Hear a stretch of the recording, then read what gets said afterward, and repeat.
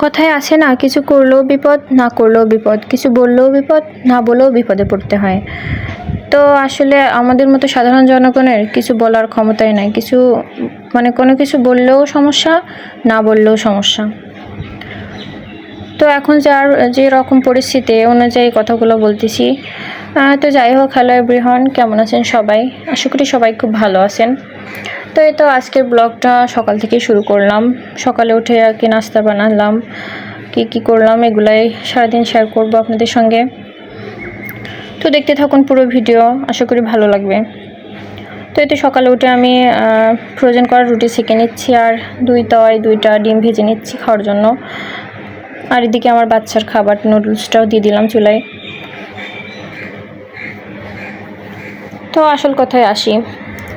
তো এখন আর কি দেশের যে পরিস্থিতি, এটা নিয়ে আর কি বলতেছি। আসলে কি বলবো বলেন, ফোন ওপেন করলেই সামনের উপর এটাই আসে, শুধু একটাই নিউজ আসে। আর শুধু ফোনেই না, আসলে সামনের উপরও ঘটতেছে আমাদের। এখানে তো একদম রাস্তার সামনে মারামারি গোলাগুলি কালকে সারাদিন চলতেছিল।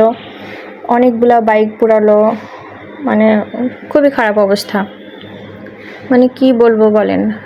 এই জন্য আর কি বলতেছি, কিছু বললেও সমস্যা, না বলেও থাকা যায় না। তো আমাদের মতো পাবলিক যারা মধ্যবিত্ত আছি, এরা আসলে কোনো দিকে যেতে পারি না।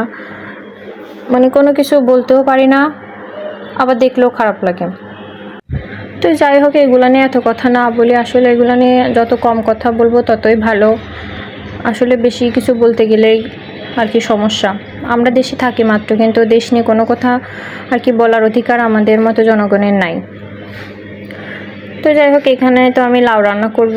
তো লাউ দিয়ে মাছ দিয়ে রান্না করব।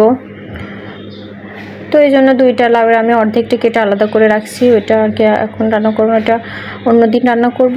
আর একটা লাউ হলো রুটিতে খাওয়ার জন্য ঘন্ট করে রাখবো, আর কিছুটা হলো সবজি মাছ দিয়ে রান্না করব আর কি। আর লাউয়ের যে খোসাটা দেখছেন, ওইটা আলাদা করে রাখছি। ওইটা আমি কুটে ওইটা হলো ভাজি করব। লাউয়ের খোসা ভাজিটা কিন্তু খেতে বেশ ভালোই লাগে। এই জন্য আর কি ভাবলাম যে লাউয়ের খোসাটা না ফেলে ওটা ভাজি করি, ওটা ভাত দিয়ে খাওয়া যাবে গরম গরম। আমার হাজব্যান্ড অনেক পছন্দ করে ওটা।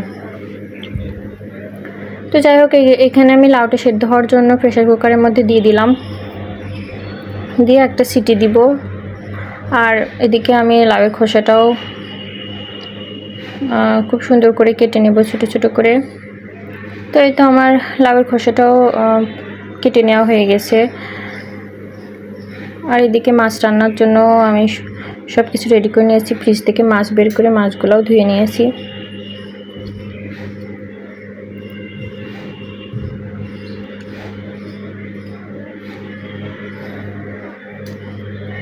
তো এই তো রান্না চুলো দিয়ে দিলাম।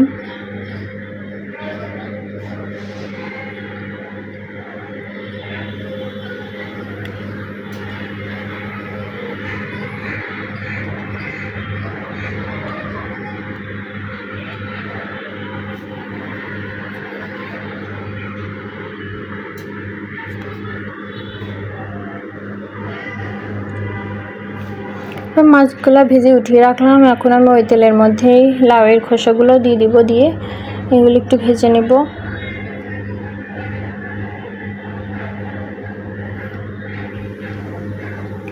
তো এটা আমার মাছ রান্নাটাও প্রায় শেষের দিকে হয়ে যাচ্ছে। আমি সবজিটা কষিয়ে পানি দিয়ে মাছগুলো দিয়ে দিলাম। হয়তো আমার লাউয়ের খোসাটাও ভাজি হয়ে গেছে। তাই আমি আজকে রান্না করছিল কি মাছ যেন বলে, ওইটাকে গ্লাস কাপ বলে হয়তো, ওই মাছটা। তো আর এদিকে তো লাউটা তেলে দিয়ে দিলাম, বাগার দিয়ে দিলাম আর কি। এই যে দেখেন, রান্না তো শেষ, কিন্তু রান্নাঘরের কি অবস্থা। আসলে রান্না করার পরে রান্নাঘরের অবস্থা দেখলে খুবই খারাপ লাগে, মনে হয় কেমনে পরিষ্কার করবো না এগুলা। তো এই তো দেখেন, আমি একবারে ম্যাজিক করে সব কিছু পরিষ্কার করে ফেলছি। দিক ভাতটাও বসিয়ে দিয়েছি, দুপুর হয়ে গেছে। এই যে আমার খুবই ছোট্ট একটা রান্নাঘর, দিনের অর্ধেকটা সময় এইখানেই কাটে।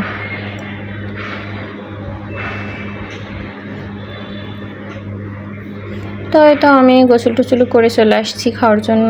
তো এখানে সব কিছু রেডি করে নিয়েছি।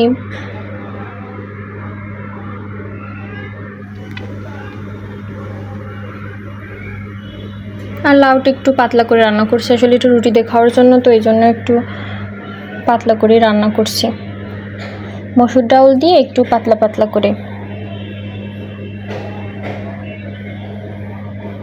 এটা আমি খাওয়ার জন্য খাবারটা বেড়ে নিচ্ছি। তো আপনারা কে কী দিয়ে খাওয়া দাওয়া করছেন দুপুরে অবশ্যই কমেন্ট বক্সে জানাবেন। আর ভিডিওটা ভালো লাগলে অবশ্যই একটা লাইক করবেন, কমেন্ট করবেন এবং ভিডিওটা শেয়ার করে দেবেন।